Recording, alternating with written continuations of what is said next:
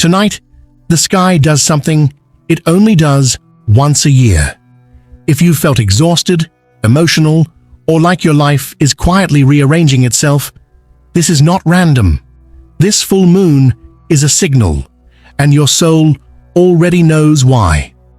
On July 29th, 2026, at exactly 10:36 in the morning Eastern Time, the moon will stand in perfect opposition to the sun and reach 100% illumination.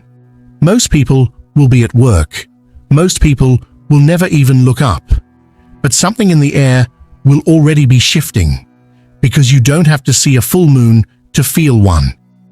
This is the full buck moon, the first great illumination of summer. Farmers named it for the deer, because this is the season when a buck's antlers push through, thick and new, after months of quiet, hidden growth. But here's what almost nobody tells you.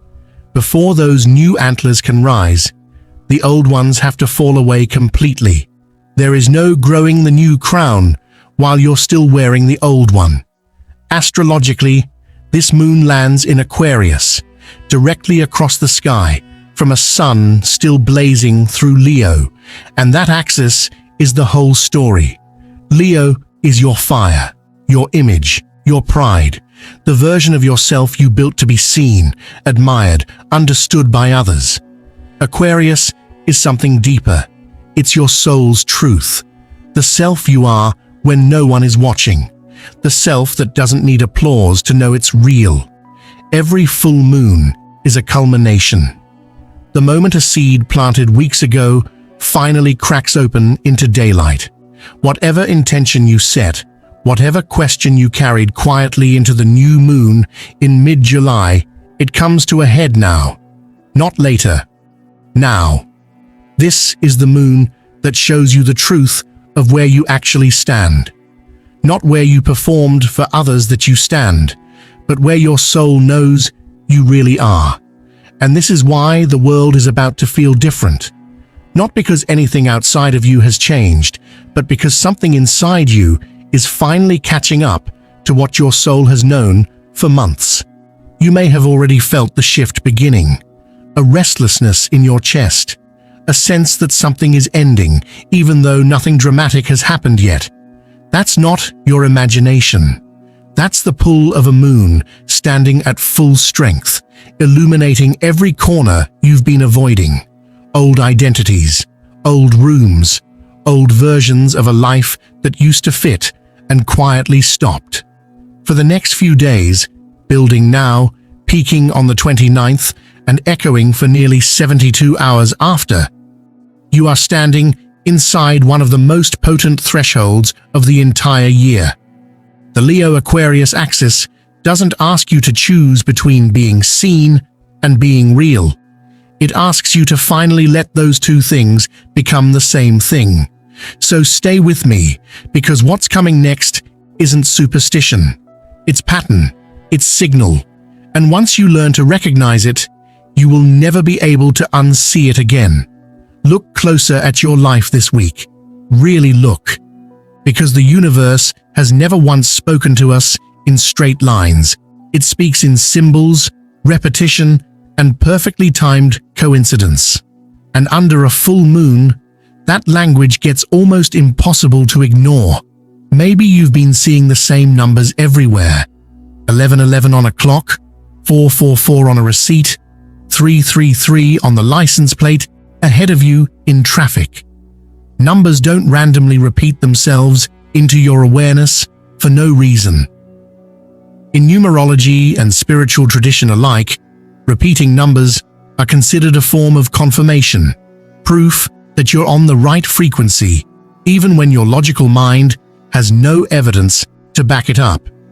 Maybe an old song has been finding you, playing in a store, on the radio, in someone else's car, a song tied to a version of you that existed years ago.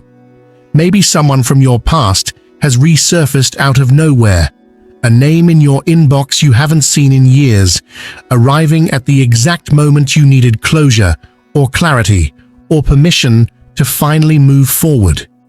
Maybe you've noticed animals, a bird that won't stop circling, a butterfly that lands and stays far longer than it should, a stray cat that suddenly appears at your door.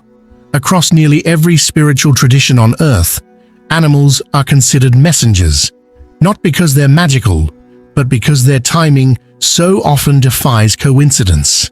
Maybe your dreams have gotten louder, more vivid, more specific. You wake up at 3 a.m. for no reason, night after night, heart calm, but mind wide awake, as if something wanted you conscious at that exact hour. In many traditions, that hour is considered a thin place, where the ordinary world and the deeper world sit closest together. None of this is superstition dressed up to sound important. This is pattern recognition.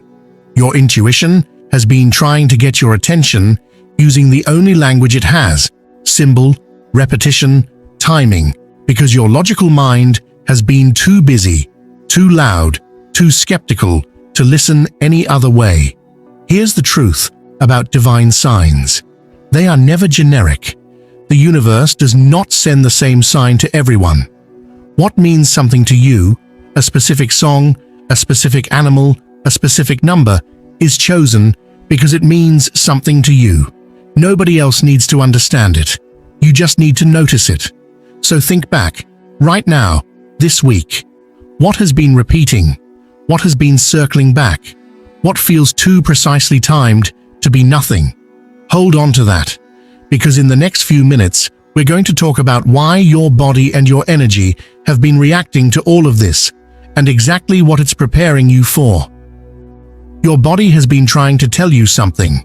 Long before your mind catches up, your nervous system already knows when a threshold is approaching, and a full moon, this potent, doesn't arrive quietly.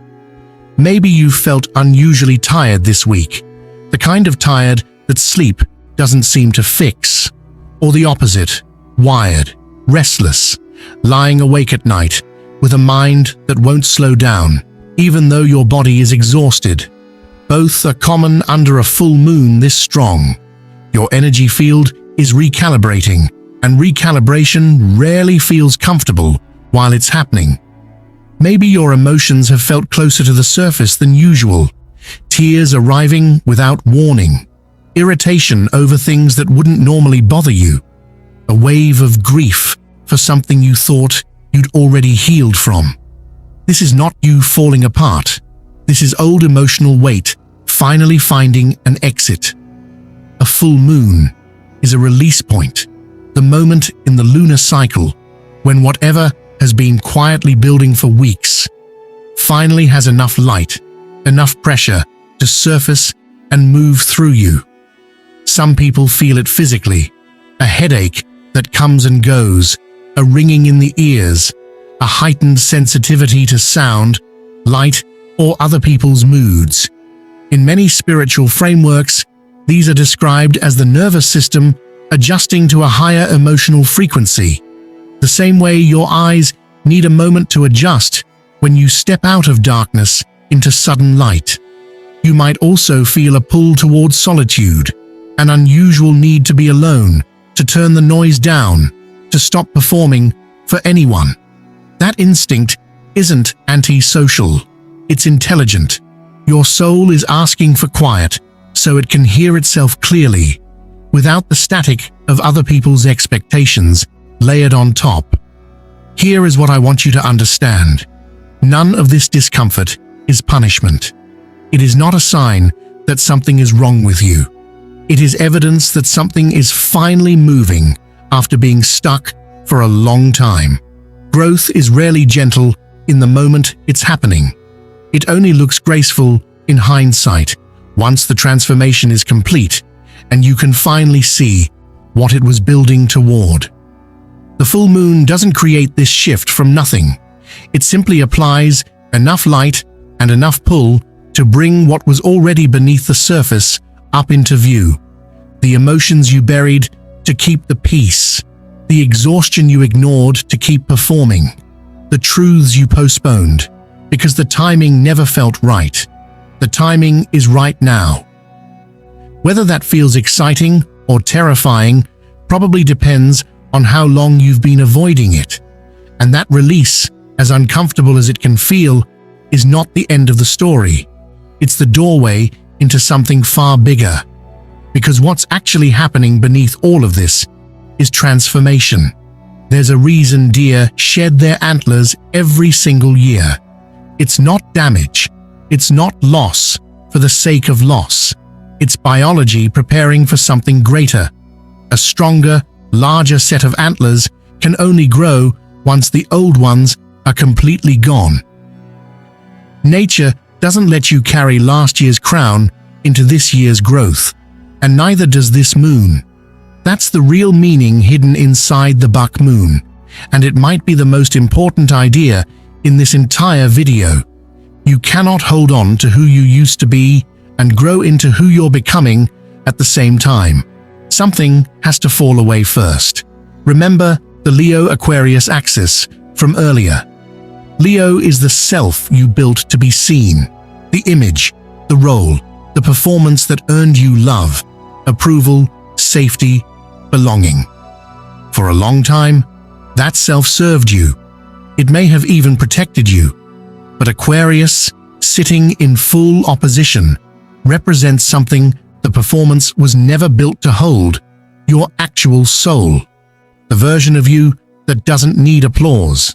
The version that was true before anyone was watching and will still be true after everyone stops. This full moon illuminates the gap between those two selves and asks you, gently but firmly, to choose truth over performance. That is what soul transformation actually looks like. It's rarely a lightning bolt. It's a quiet, steady shedding, a relationship that no longer reflects who you're becoming, a job that fit an old version of you but suffocates this one, a self-image built on other people's expectations that has quietly become unbearable to keep wearing. If something has been ending in your life lately, even something small, even something you can't fully explain, this is why. It is not bad luck. It is not punishment. It is alignment. The moon isn't taking something away from you. It's making room for what already belongs to you to finally arrive. Here's the part almost nobody talks about. Endings under a full moon are acts of love, not abandonment. The old antlers don't fall because the deer failed.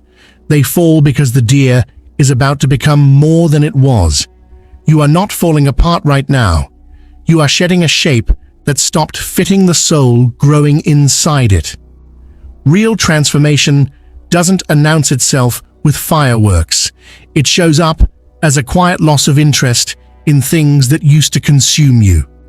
A sudden clarity about a person, a habit, a belief you've outgrown, a version of yourself looking back at you in the mirror that finally feels more honest than performed. If you felt that clarity building even faintly, that is your soul confirming what this moon already knows. You are not the same person you were at the last full moon, and by the next one, you will have shed even more. So the real question isn't whether this change is happening. It already is. The real question is what you're going to do with the days right in front of you. So what do you do with all of this? A full moon. This potent isn't meant to be survived. It's meant to be worked with. Here's how. Start with release, on paper. Take a few quiet minutes, light a candle if you have one, and write down exactly what you're ready to let go of. A belief, a relationship, a version of yourself, a fear you've outgrown but keep carrying out of habit. Be specific. Vague release rituals produce vague results. Once it's written, you can safely burn the page, tear it up, or simply close the notebook and set it aside. The action matters less than the intention behind it. You are telling your nervous system, in a language it understands, that this chapter is complete. If you can, spend a few minutes tonight under the actual moonlight, even if it's just standing by a window. Many spiritual traditions recommend charging intentions, water or crystals under a full moon.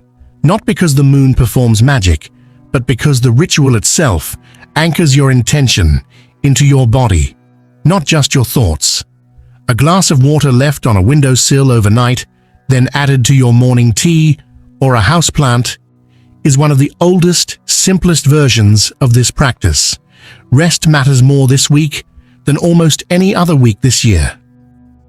Your energy is doing real work beneath the surface, whether or not you can see it yet. Give yourself permission to sleep more, to say no to plans that drain you, to sit in silence without needing to fill it. This is not laziness. This is integration. Trust your intuition over your logic for the next few days.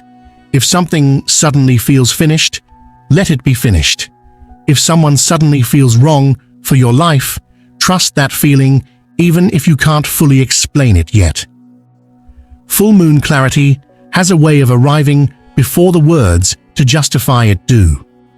And be patient with the process. This energy doesn't peak and vanish in a single night. Its influence is often felt for 3 days before the exact moment and 3 days after, meaning if you're watching this anywhere near July 29th, you are already standing inside the window where this moon is doing its work on you, whether you consciously notice it or not. Above all, don't rush to fix or explain what's shifting inside you. Not everything needs an immediate answer. Some of what's happening right now is simply your soul catching up to a truth your logical mind hasn't approved yet. And that's allowed to take a little time. The buck moon doesn't ask you to have it all figured out by morning. It only asks you to stop resisting the shedding and let the new version of you finally have room to grow. The moon doesn't ask you to be ready. It only asks you to be willing.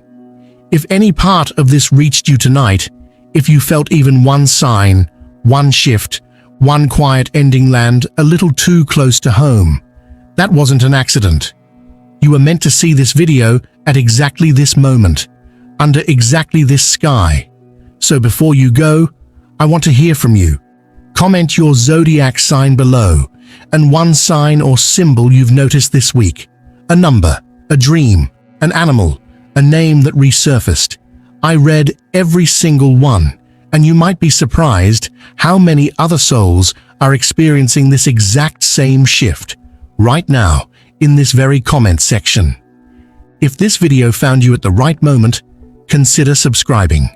This channel exists to help you recognize these signals before the world does, every single cycle, every single moon.